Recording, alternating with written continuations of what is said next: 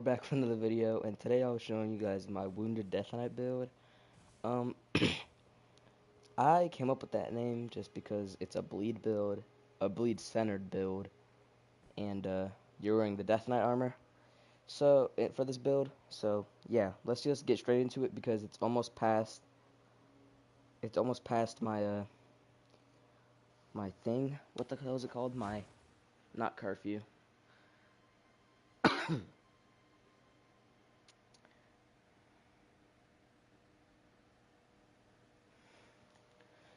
Not curfew. Bedtime. I got a bedtime during school days. So it's school day today, so we gotta get right into this build. So first of all, weapon, great katana with wild strikes and the uh, blood element on it. Hear me out, cause you guys y'all might like shit on that idea with wild strikes since such a common ash of war. And 103 buildup is kind of insane because that's the same as a Godskin Peeler, which they literally build or a bleed centered weapon. So yeah, and you literally just have to like, if you use a mimic here, summon it, and then wait for it to catch an aggro, and you just have to get behind the boss and hold down L2, and you're gonna proc bleed in like maybe 3-ish seconds, which is absolutely crazy to me. And yeah, that's the weapon. And Ash, Finger Seal just for casting spells. Y'all can use different seals for your spells, but this is the one I chose to use. And armor, we're gonna have the Death Knight set. Uh, Ancient Dragon Cult incantations are boosted by 2% for every piece of armor. Since we're wearing the whole set, that's 2, 4, 6, 8. 8%. Or maybe I did that math wrong, but if I did, just, let me know. But if I didn't, it's increased by 8% or more, depending on your talismans, I'm pretty sure. But anyway, moving to the talismans. And plus, I just use this armor just because I think it looks really cool.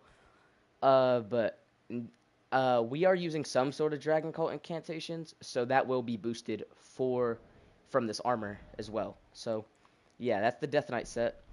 By the way, the Great Katana is require all of the shit we're doing except the talismans and one of our tiers in our physic are required from the DLC. So first of all, starting with the weapon is here right in front of a sleeping dragon. It's actually, you can get that very early. But the armor, I'm afraid, is acquired a tad bit later in the Dark Light Catacombs, just beneath the Shadows Keep. You gotta do the little puzzle thing. Castle Watering Hole, keep going down. You can kill Rakasha here. Some of her armor is used in most of my builds actually, because it's actually a very good armor set, and her katana is absolutely beautiful. I might do a build on her katana pretty soon. But since it's the school's starting up again, I can't upload as much. So, yeah, when I do upload, when I get a chance, I will. But yeah, we're just gonna have to. I'm gonna try and make do with what we got. So, the armor is found here on the body. Please just look up a guide on the Darklight Catacombs and how to get here, where to go, get the armor, and you will get armor. Get the guide for this. This is actually just pretty self-explanatory. And yeah, let's get right back to the talismans. First one, we got physical damage negation, Dragon Crest Great Shield. I feel like this is really the best talisman in the whole entire game. That excludes the exaltation from the fucking from the DLC because I haven't I haven't got it yet, but I do plan to get it because it's insane. It says when madness is in the vicinity, it increases attack power by 20% or something. It's a broken ass talisman. But for the first one, I'm going to put Dragon Crest Great Shield, obviously, for physical damage negation, because this armor set doesn't really shine in physical damage negation. But, yeah, it could use some more, so that's why I put that talisman there. Next, Shard of Alexander. Obviously, if you're going to be holding your L2 with Wild Strikes, you are going to need... And, by the way, before the boss switches aggro, Like, if you're doing this over and over again, he's going to switch aggro, then you can hold R2, and it will do that, like, jump attack on it.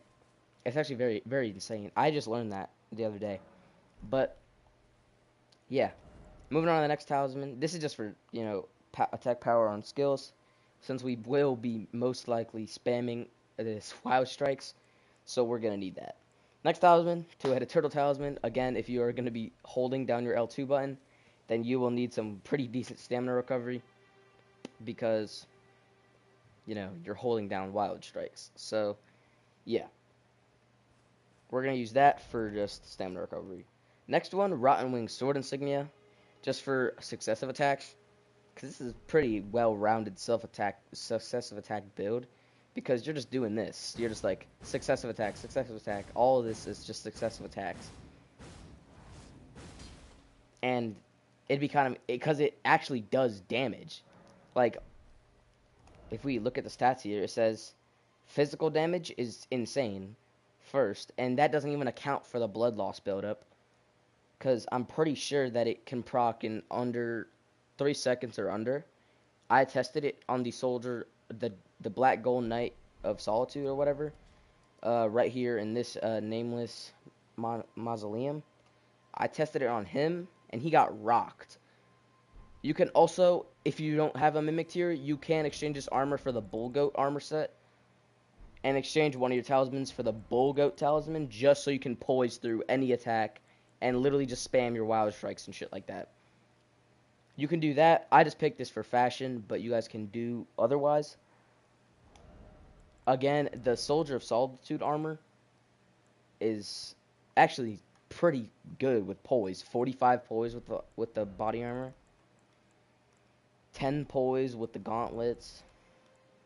27 poise with the greaves. And 14 poise with the helmet.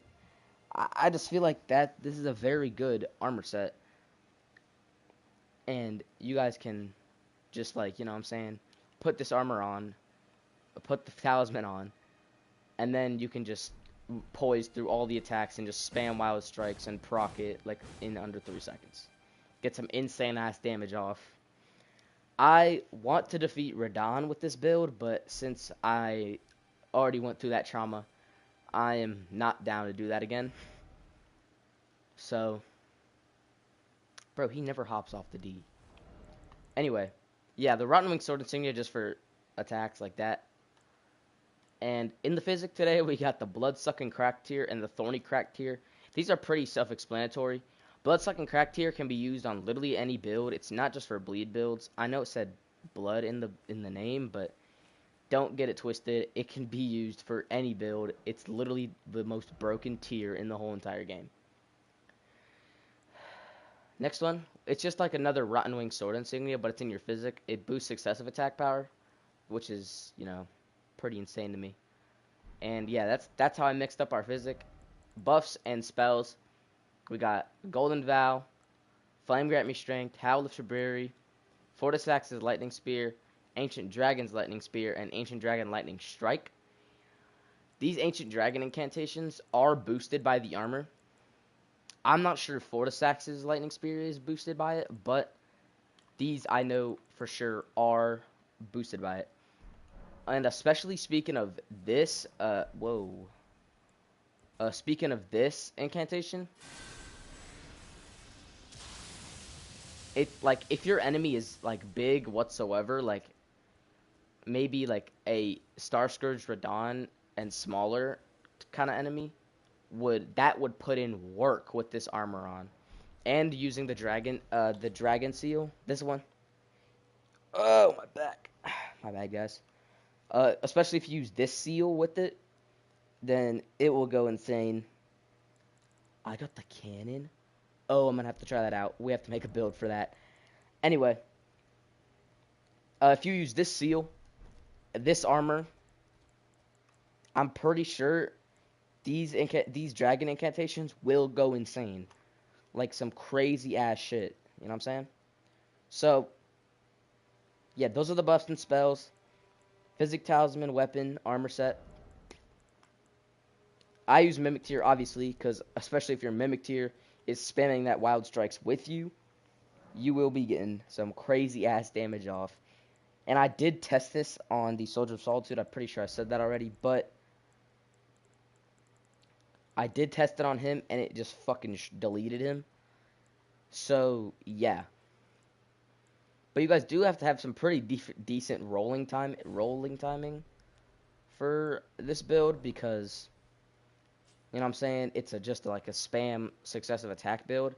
So you will need to know the boss's moveset for you to actually put in some work with this. But yeah, this is my Wounded Death Knight build that I recently came up with.